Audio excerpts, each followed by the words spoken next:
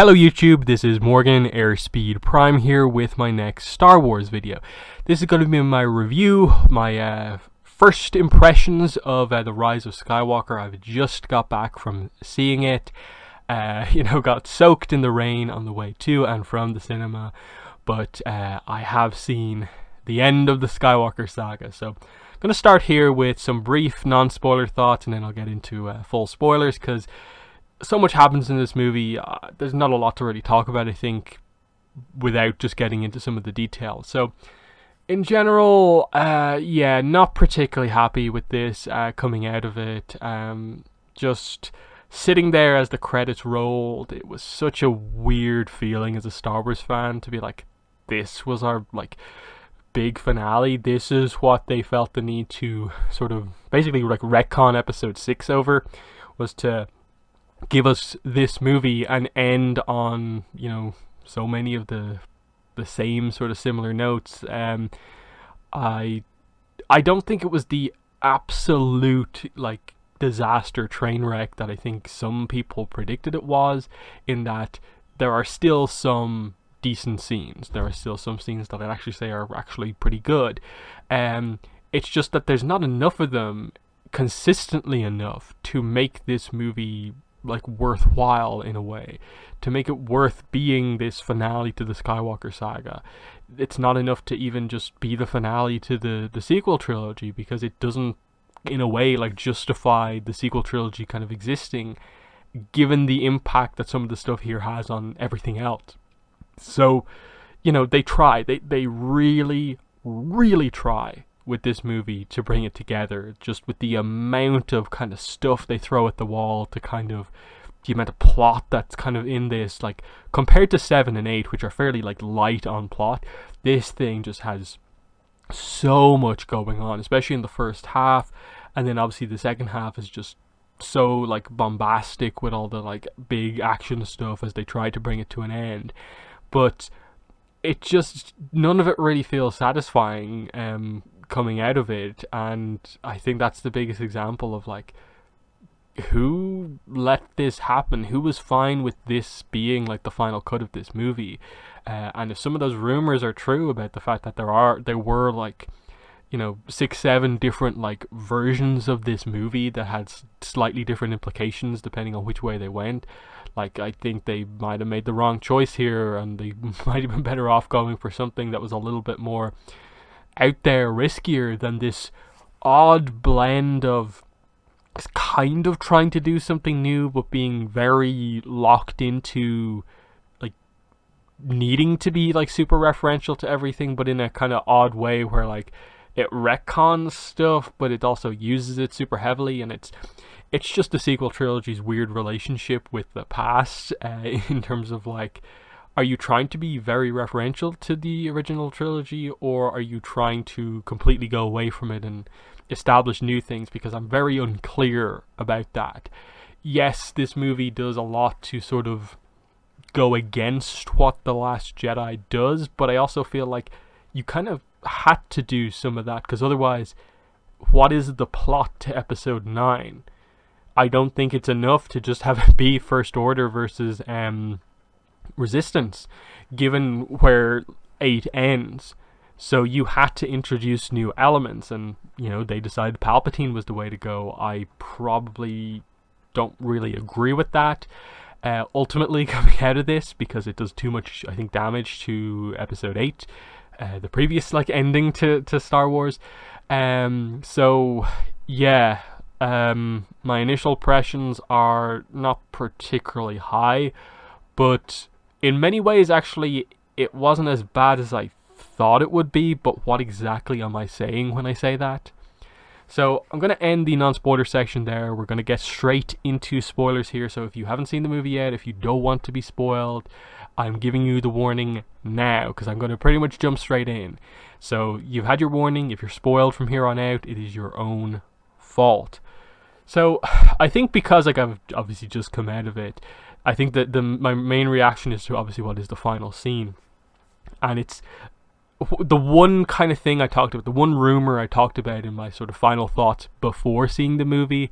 The one scene from rumors that I talked about was the end scene with please do not do the thing where Rey takes on the name Skywalker and says that her name is Rey Skywalker, and they do it. The scene is in there like word for word exactly the way it was rumored for so long. So clearly this was a essential part of the Rise of Skywalker. That in so many ways, the reason the movie's called the Rise of Skywalker is because of this scene at the end.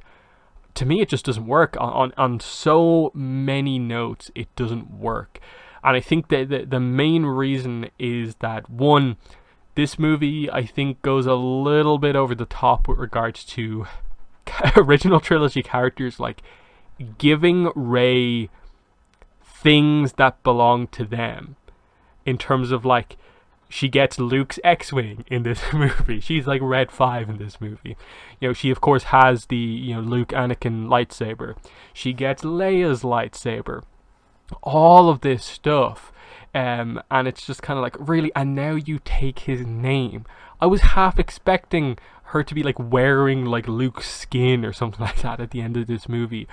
Such was the way they were going with regards to just like, let's just give everything to Rey, like every important item in Star Wars, like let's just hand it over. She's got the Japor snippet and all this other sort of stuff. That she doesn't have the Japor snippet, it's just a joke there. But I just couldn't believe it when the scene happened. And it just the way, like, really, like, what's your name? Rey. Looks out into the distance. There's the Force ghost of Luke and Leia. Rey Skywalker. And that's kind of how they end. They just end on like exactly the same note, basically, as episode 6 of like, we assume Rey is gonna continue to and like train Jedi herself, I guess, because they don't really confirm anything going forward. It's just the end of this conflict, and then that's it, which is exactly the way they ended like 6. And it's like, why is there no setup for anything? And this goes into the whole sequel trilogy thing of like never really making it super clear about like the New Republic, what is the First Order, what is the Resistance, you know, why the difference between, you know, the New Republic military and so on. And I think you just sort of continue that in a way of just like, oh, so obviously if they want to write stories post episode 9, we now have the New Republic, I assume, because like they're not touching on any of that. I just assume that's going to be the case, and Rey's going to start a new Jedi Order, exactly the way it was before with Luke, but she's, I assume, going to do it better. But then they've also like basically all but confirmed that like they probably won't be going back to like having movies with these actors for like a while or whatever. I don't really know what the status is in so many ways of some of this stuff. At the very least, it doesn't seem like we're immediately going to go into like an episode 10 and see Rey training other Jedi. And given that you didn't do that with Luke from 6 covering the gap, because 7 just said Luke's Jedi Order ended. 8 confirmed it, but you know, it wasn't there in 7. I just think it was way too weird to just be like, okay, Rey is the character, but you're not going to actually get to see any of her doing anything. And like her changing name, and especially with what the big reveal is about her parentage, that she's Rey Palpatine. Actually, she's Palpatine's granddaughter. It was just wild kind of thing to be like, how did you think that was okay? Like, I get you say the line at some point in this movie that like it's not just about blood. I think Luke says it, but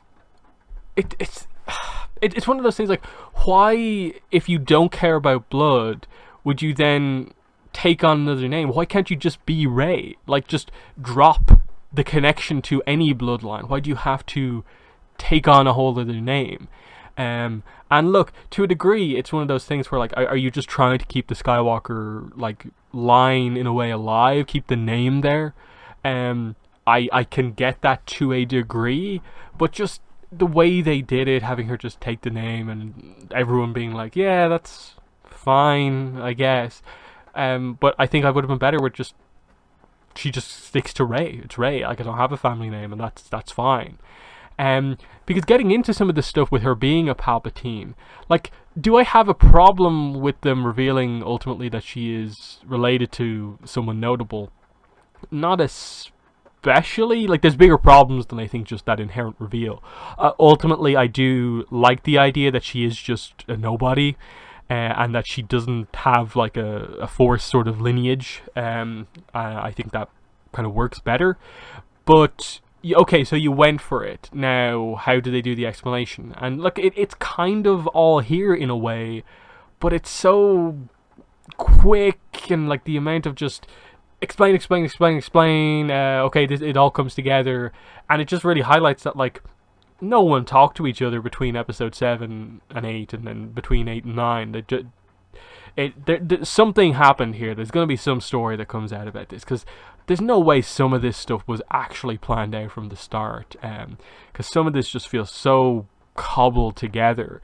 And this one kind of works in the sense that like they link it into the scene the scenes we have from episode 7, with regards to like, okay, the ship that goes away, and Rey remembering it, and who her parents are, because of course it's now revealed that her parents were actually somebody's. At least one of them was the child of Palpatine. Not that they really explain like when did he have a child or anything like that, but okay. I think the most convoluted thing in the movie is definitely just like what Palpatine's plan was, in that like it was ultimately to lure Rey to find him on Exegol, and then the plan is just that like, Rey, kill me in anger, become a Sith, you become the Empress, but I'll Force transfer my essence into you, basically, so we'll be together. And I think the worst kind of line in like the entire movie, there's two of them that kind of follow each other up, is Palpatine referring to himself as I am all of the Sith, and then Rey's response being I am all of the Jedi. Like, who thought that was a good line? That makes no sense, and they didn't do anything with it, because it's not like they showed or explored the idea of the lineage of the Sith at all, or particularly made Palpatine out to be like more powerful because of all the like connection of all the other Sith or anything like that. You potentially could have done something, but like show us some of these other Sith that he's connecting to in all of this. Show us like Plagueis and all these other characters like Tenebrous and so on, Bane. Like do that. Make the connection if you're doing that. Don't just be so general and vague. Me like I'm all of the Sith, and Rey say I'm all of the Jedi, when inherently she doesn't do anything particularly impressive. It's just a line of dialogue that is big but means absolutely nothing. Because this is again one of the more frustrating parts of the movie for me, is that like the one want that I had going into this movie, given that it is the end of the Skywalker saga, is to address the key character of at least the first 6 movies, Anakin, the chosen one, the confirmed chosen one. And you don't have him appear in this movie. He is Anakin gets some lines of dialogue among many as just a you can do it, Rey type thing, to the point where like the dialogue that they say doesn't really matter. It's just they've ticked the boxes that they need to in this movie. There had to be a moment of Rey connecting to the other Force users, and they ticked the ones they needed to. You hit Yoda, you hit Anakin, Luke, fine, great. But I think that the one interesting thing Anakin says is just like, bring balance like I did, and it's just like no, that's not how that works. If Palpatine survived, Anakin technically didn't bring balance. So unless you're doing some weird contradictory thing where you're kind of trying to say like, oh, he brought balance for like a time, but like Palpatine returned, and it's kind of like, no, that's not it. You're either saying that Anakin didn't bring balance and that Rey does. You can't do both. And I think that was just a fundamental misunderstanding of things. And I'm amazed that they got it so wrong. Because I was hoping that they'd use the Force Ghost of Anakin as a way to maybe get in touch with Kylo. But instead they had it be this kind of odd Kylo remembering Han. And it makes sense. Like, it's J.J. Abrams trying to connect his two movies, like 7 and 9, together by, like, having him sort of remember Han the way he looked during their confrontation leading to Han's death. And just from the memories, kind of knowing the way his father felt about him, kind of being the inspirational thing. And it was all right, but again, it was so confusing in execution in terms of, like, what's going on here? Because since Han isn't force sensitive, this is literally just Kylo, like, thinking that this is probably what his father says, and they're trying to show it in a more kind of epic visual way, where it would have been more interesting probably to maybe get the same effect across through Anakin, or have Anakin somehow maybe, mention Han and, like, maybe channel some final message from Han, or some way to do that, but, like, do it through Anakin in some way. But I'm not sure. And that's where they get into, like, the whole, like, oh, but because they revealed that actually Palpatine was all of the voices in Kylo's head, ultimately it was Palpatine who converted Ben to the dark side, that his connection to Vader, that was kind of an important part of his character, doesn't mean anything really anymore. So would him and Anakin have really meant anything? I still think yes, ultimately, because it still is the two characters who sort of were Skywalkers who fell and now are going the other way. I think that would have been impactful to do it, but they just didn't. Luke, they have a scene with him, at least a proper scene. They probably needed to have a similar type of scene with Anakin, but they only did it with Luke, and it's good. It's very much a Luke being able to, like, reflect that, like, I was wrong about the way I was during episode 8, basically, which is fine, because ultimately you have to accept that episode 8 did end on the note of, like, Luke coming back and realizing that it was a mistake to stay exiled. So it's not, like, contradicting 8 that he feels that way about how he was. And it's just kind of inspiring Rey to not sort of do the same thing that he does. Like, when she finds out that, she's a Palpatine, it really does, affect her, which, some of that emotion from her about, the truth of her lineage is actually quite well done. And it's the thing of this, like, trilogy is that there is a lot of potential there with Rey, Kylo, and that dynamic. The way it is executed, though, across the movies, I don't think works overall. Like, individually, there are scenes where it's very good, but it just overall, with the plot and everything else, it really struggles, because you end on this note of course, like, Ben dies and seemingly becomes one with the Force because he, like, disappears. But the way it happens is that obviously, like, Rey kills Palpatine in the end, which, again, this is where they explain the very complicated thing along the way in the final action scene, and then sort of almost contradicted themselves later on of, like, okay, Palpatine effectively says, like, if you kill me, you'll be doing it in anger, so that will allow me to, like, essence transfer myself into you. So it sort of stops them from being able to almost destroy him. But then obviously Ben comes in. He, like, ends up, like, killing the Knights of Ren, who, get to look pretty cool for a minute or two, and then they're gone. Like, wow, like remember when we were excited for the Knights of Ren in episode 7? Like, yeah, they amounted to a whole lot of nothing. But anyway, it ends up with this interesting scene where, of course, the two of them, Kylo and Rey, confront Palpatine. And basically, Palpatine just, like, force pushes, like, Kylo down a cliff. He references, I fell, now you'll fall as well. And it seems like he's gone. Rey then, using both lightsabers, the Anakin lightsaber as well as Leia's lightsaber, manages to deflect his lightning back at him. Palpatine explodes and is killed, but in the process, like, Rey has been, like, drained or something like that. They don't make it particularly clear that, like, she is hit by the lightning or anything like that.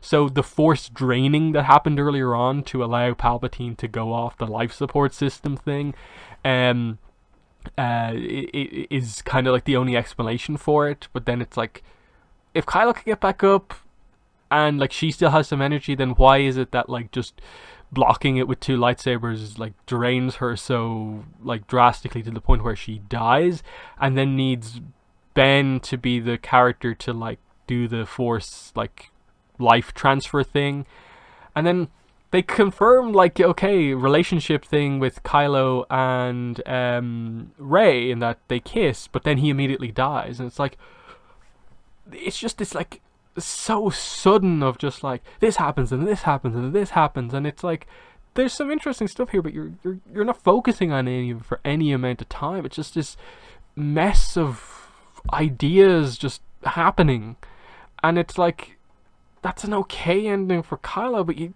give it no time to linger on it. That was the death of Palpatine after all this time, after how powerful he is. It's just, you know, Rey does a double block with the lightsaber and he explodes. In that, like, he still died, so why couldn't his like spirit just like transfer back in, or so on? It's just an awkward kind of thing of like, in the end, was returning to Palpatine worth it? I don't think so. I think it was fine leaving it as is.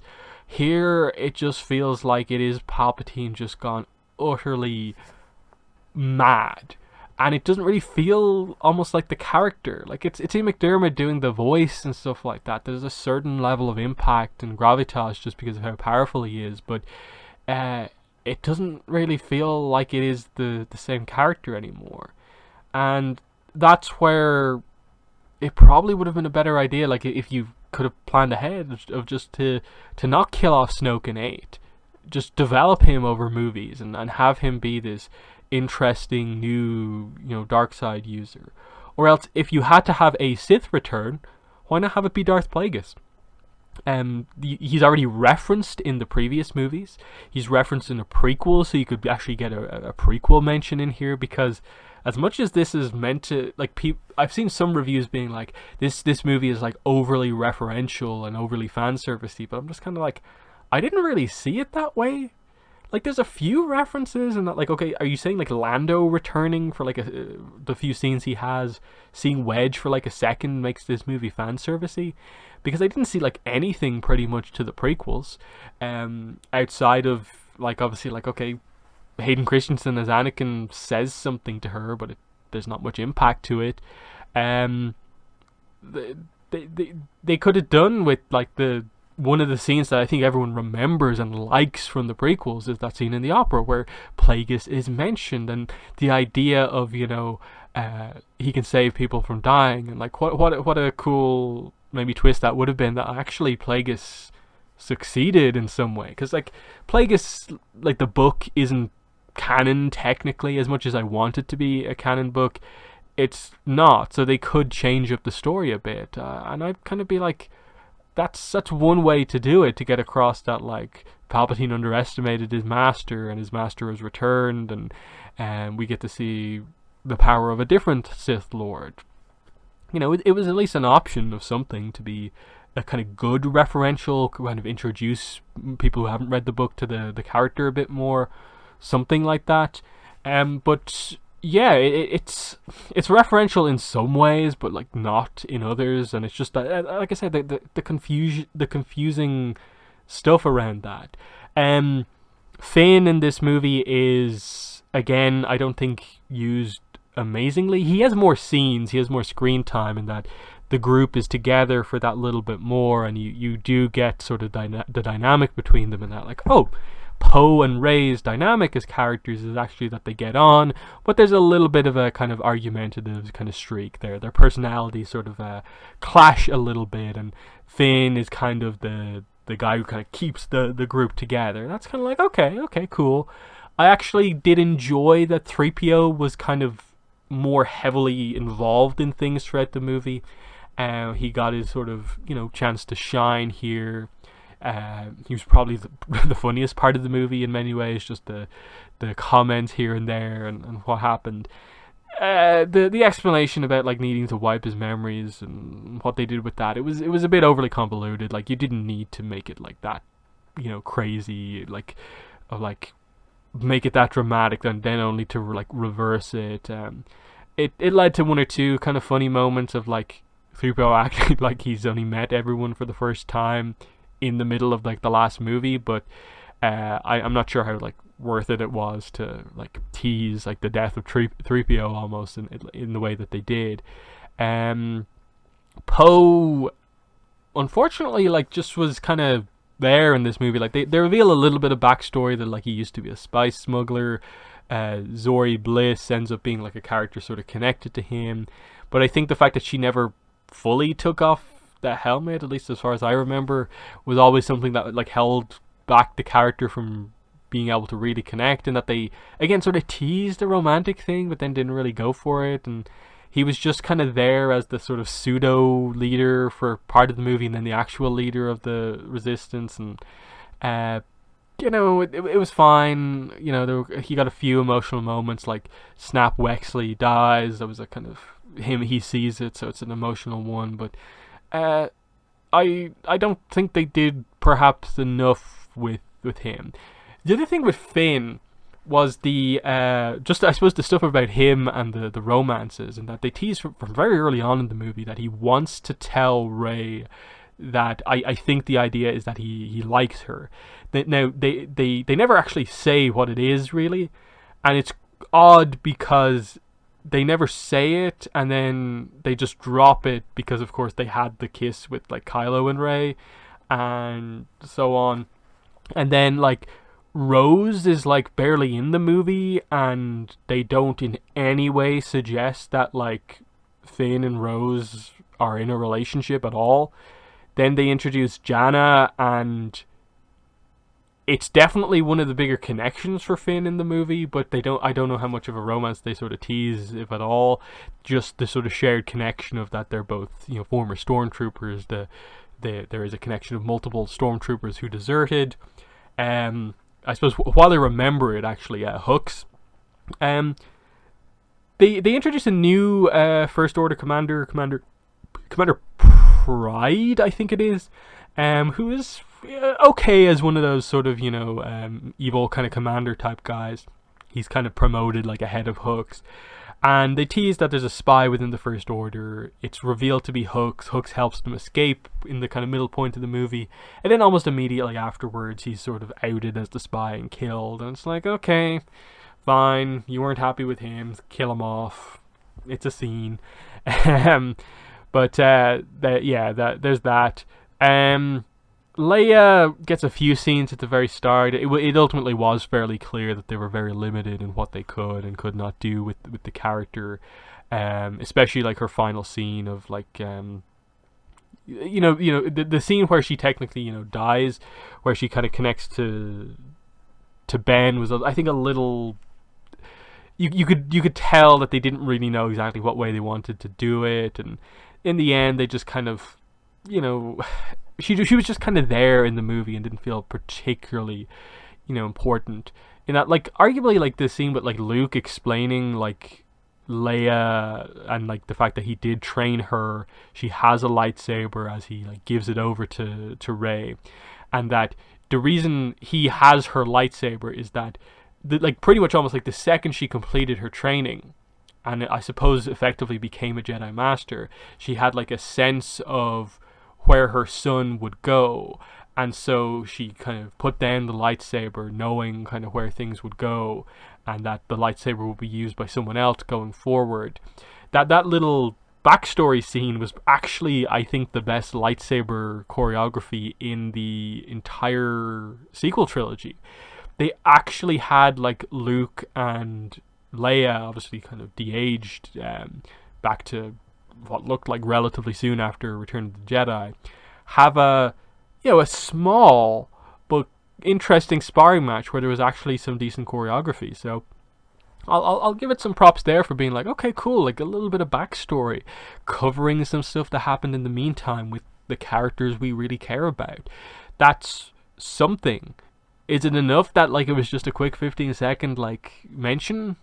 Probably not, but it's something in this movie that they threw enough out there that some of it like hit, some of it worked, but there's just so many messy things in this movie along the way. Like the whole Wayfinder stuff from the start of the movie with the Sith dagger, and there's like for somehow like this is where it's so confusing in that like they act like they're almost like ancient relics, but then they reveal that they're like hyper specific to like being post Death Star, so like they've only been made in like the meantime, because the Sith dagger, which is how you find the second Wayfinder, the way it ends up working is that on this moon of Endor, where the remains of the Death Star lands, if you stand on a cliff at a very specific point, which isn't even like a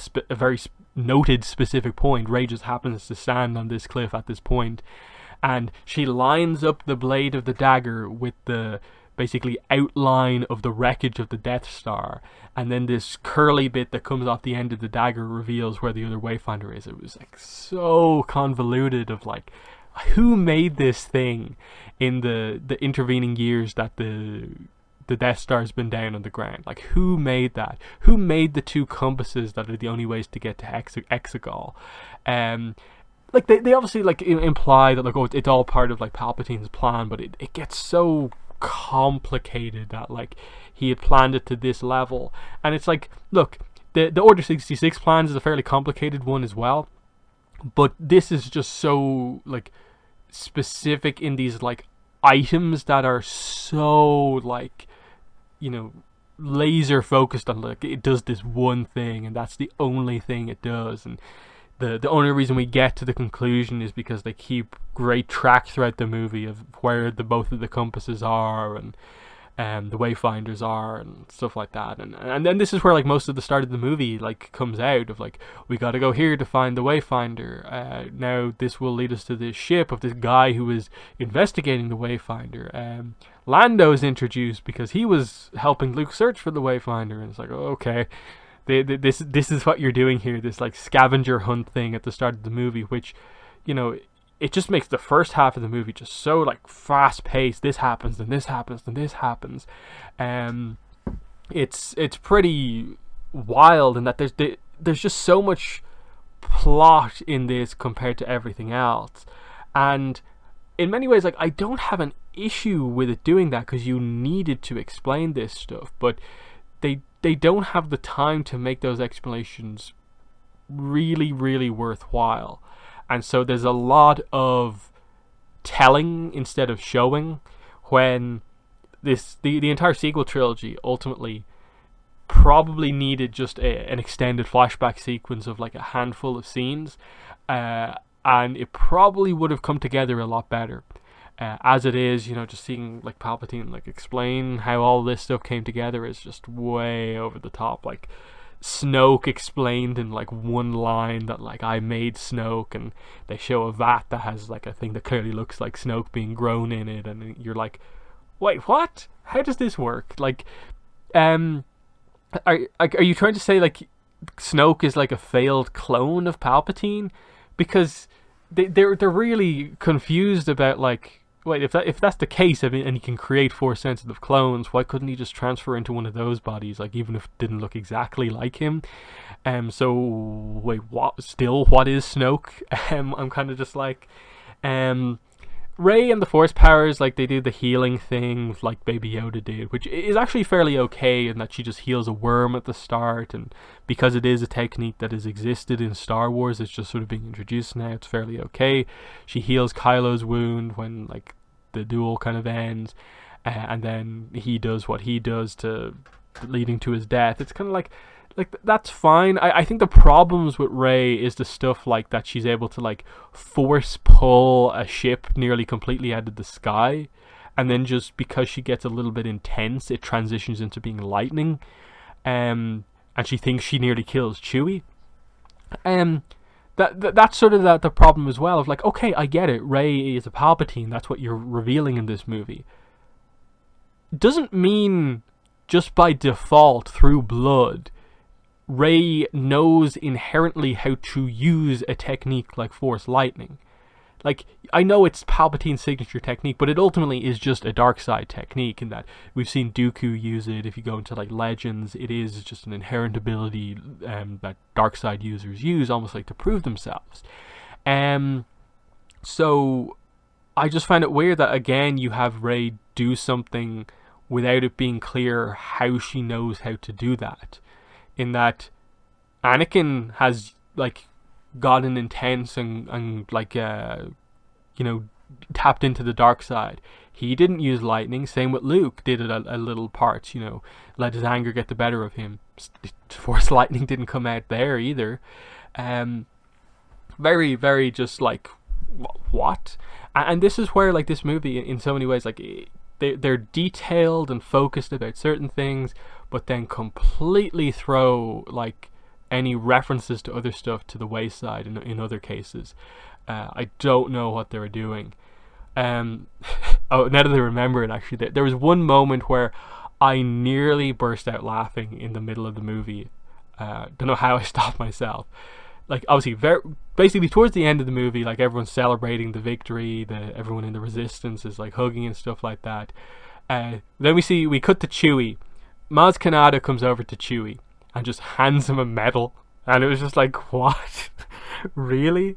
That is like, I see what you're doing there of like, okay, Chewie didn't get a medal in like A New Hope, so Maz is giving him a medal here for his like service to Star Wars. It was just like, that's a little bit much as a reference, especially coming from Maz Kanata, who herself is like this enigma of a character who, like, after being like a bounty hunter apparently in episode 8, is now just with the Resistance and just there saying stuff, kind of being connected to the Force and saying some stuff, but ultimately not really doing anything. And then she just comes in, here Chewie, medal, because you didn't get one in episode 4. It's like, okay, but I just thought it was so like funny, but not in a case that the scene I think was meant to be funny. I think the scene was meant to be sort of like, yeah, finally Chewie gets a medal, but it was just like, what are you doing, movie? Like, really? Like, Chewie giving a medal like that? It was kind of like the opposite type of like, please don't do that, to me seeing the entire time as they're building up to the Rey Skywalker scene at the end of like, please don't do this, please don't do this. No, she said it. No. Oh. I did like, though, that finally in the end she did make her own lightsaber. I would have liked to have seen how that happened and not just her ignited and revealed that she has a lightsaber with a yellow blade. I don't mind that too much, but I would have liked to have seen like, where did she get the crystal from, given that like Ilum was Starkiller base. Like, where did the new crystal come from? It looked like it was double-bladed, but she didn't ignite the other end. They didn't really give you a good look at her lightsaber to show it enough, but I think the other end definitely feels like it could have another blade to it. It does seem to have a pretty short handle, though, for it being double-bladed. I don't know. It's one of those weird things of like, is she going to use that again? Are we going to see her in another movie so we can actually like see what the lightsaber does? No, well, probably not. But she just buries Anakin and Leia's lightsaber at the Lars homestead, I guess, which is fine. That was actually decent in regards to like, they give her Luke's X-Wing and stuff like that over the course of the movie and this sort of stuff. But at least that was like, okay, she's not just gonna hold on to like she, despite being like the Master Jedi now, is actually gonna have her own lightsaber. So that was at least something. But yeah, that's probably going to be where I end it for now, or I'll just end up going on for forever. I'll do another video on this. I'll probably try and fit it in over the next couple of days in amongst the other videos that I need to do, where I maybe have more organized thoughts on the movie, because there's a lot that happens here, and that's not necessarily a compliment to the movie that there's so much. But I don't think I touched on everything that I wanted to here. But yeah, so maybe not the outright 100% disaster we thought it was going to be, but they just barely avoided it being an absolute disaster. Not that that means that it's good or anything like that. I think this movie has some pretty big problems that really just highlight that. The sequel trilogy was flawed from kind of inception in many ways. Like, the second they did 7 and J.J. Abrams wasn't doing the next movie, I think that is where everything sort of began to fall apart. You could even, I think, go as far as to say ultimately starting 7 in the way you were going to start it, given where it ultimately goes, you needed to do that completely differently, in that the most of, I think, the interesting plot has happened off screen. The rise and fall of Ben Solo, Luke's Jedi Order, you probably should have had the first movie focus on that, then cover, in episode 8, Kylo as the villain, and then do in 9 the sort of redemption arc, and fit in Rey where you need to. That is probably the better way to do it than, do a overly similar movie to episode 4 in 7 and so on. I think that, some changes were definitely needed. I'm definitely interested to seeing what some of the reviewers, podcasts and stuff like that I usually watch think of this one, because at the very least it's going to be a good movie to discuss with the amount of stuff that actually goes on in it. Whereas I think with The Last Jedi, it was basically discuss Luke, discuss Snoke, and then most of the other stuff doesn't really matter. Here, there's, I think, a lot of talking points to get into with the details, so at least that's good. But yeah, that's my initial thoughts on The Rise of Skywalker. In the comments, let me know what your thoughts are, if you've seen the movie. But that's been the video. Thanks for watching, and bye.